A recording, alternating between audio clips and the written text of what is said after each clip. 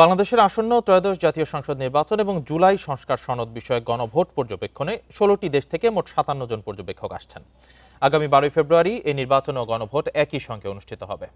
শুক্রবার প্রধান উপদেষ্টার প্রেস উইং জানায়, পর্যবেক্ষকদের পাশাপাশি ইউরোপীয় ইউনিয়ন, কমনওয়েলথ সহ বিভিন্ন আন্তর্জাতিক মানবাধিকার ও গণতান্ত্রিক শাসন বিষয়ক সংস্থার কয়েকশো পর্যবেক্ষক নির্বাচনী কার্যক্রম পর্যবেক্ষণ করবেন।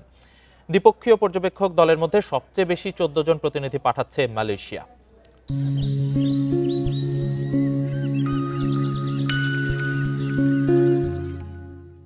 দেশটির নির্বাচন কমিশনের চেয়ারম্যান দাতো শ্রী রামলান বিন দাতো হারুনের নেতৃত্বে এই পর্যবেক্ষক দল কাজ করবে।